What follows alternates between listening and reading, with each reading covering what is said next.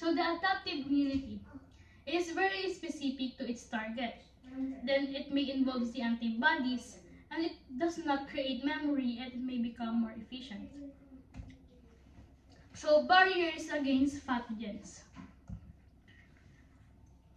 Meron tayo ditong skin or epidermis. Stratum corneum is the non-living affective barrier if unbroken. Yung skin microbiota and sebum, it inhibit pathogen growth. Yung defensins is antimicrobial chemicals for living is epidermal cells. Mucous membrane. Living tissue is still protective. Meron ditong ciliated epithelium na nagtatrap and sweeps out pathogens via mucus. Defensive cells or the phagocytic white blood cells. Meron ditong macrophages. Recognize pathogen. Meron ditong defensive cells or phagocytes white blood cell. Meron ditong macrophages or it recognizes pathogens strong phagocytes. Meron ditong neutrophils. Macrophages ba yun? Macrophages. So, meron tayo ditong defensive cells or the meron tayong defensive cells or the phagocytic white blood cell. Meron ditong macrophages meron ditong macrophages na nagre-recognize ang pathogens and strong phagocytes. Meron din ditong neutrophils and eosinophils na nagpe-perform din also performs phagocytosis. Then meron din ditong dendritic cells or for example the Langerhans cells. And ito ay nagpe-present ng antigens sa lymphocytes. Meron tayong mechanism. Ito yung mechanism is nag-use ng enzymes and ng chemicals like hydrogen peroxides to destroy the pathogens.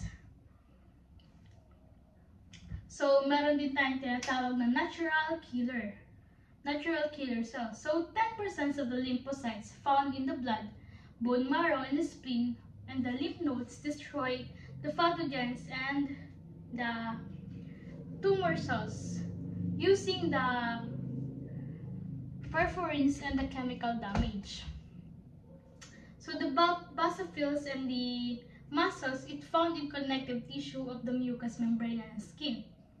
And it releases the histamine and the leukotrienes.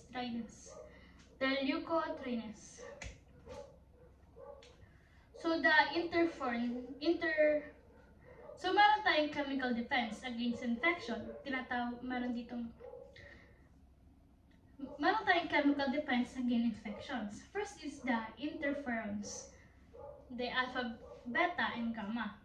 So sabi dito, proteins made by virus infected cells and T cells. Block viruses reproduction and help limit viral spreads used in treating diseases like hepatitis C.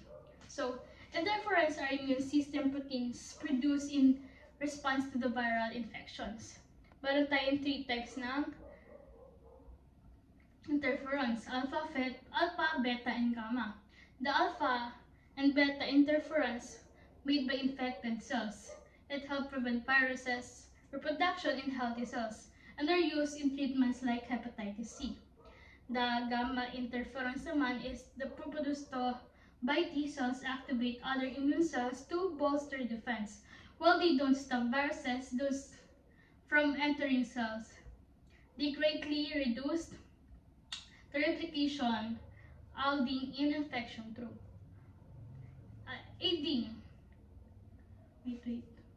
While they don't stop viruses from entering cells, they greatly reduce replication, aiding in infection control. So, meron tayong complement system. So, the blood plasma contains over 20 plasma proteins that remain inactive until activate. Their function include the lysis of pathogen, labeling antigens for destruction, and the triggering inflammations to attract the white blood cells. So inflammation. Inflammation is a general response to damage of any kind, microbial, chemical, or physical, triggered by infection, injury, or chemical damage. Basophil and mast cells release histamine and leukotrienes. So sabi dito, inflammation is the body response to the damage, infections, injuries, or chemicals triggered by factors like microbial infections or physical harm. Immune cells such as basophils and mast cells release histamine and leukotrienes, increasing blood flow and attracting other immune cells.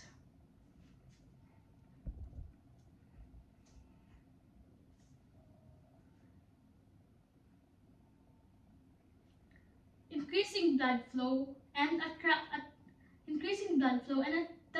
immune cells to the affected area.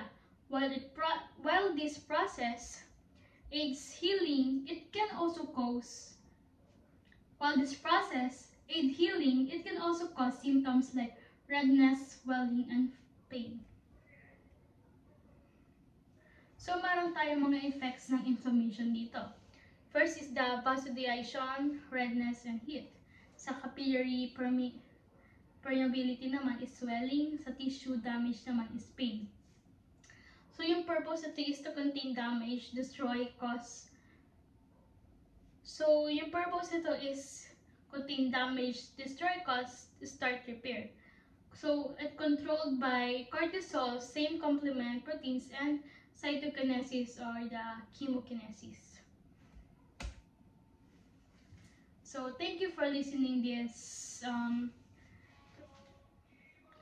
Thank you for listening this presentation. I hope you learn the.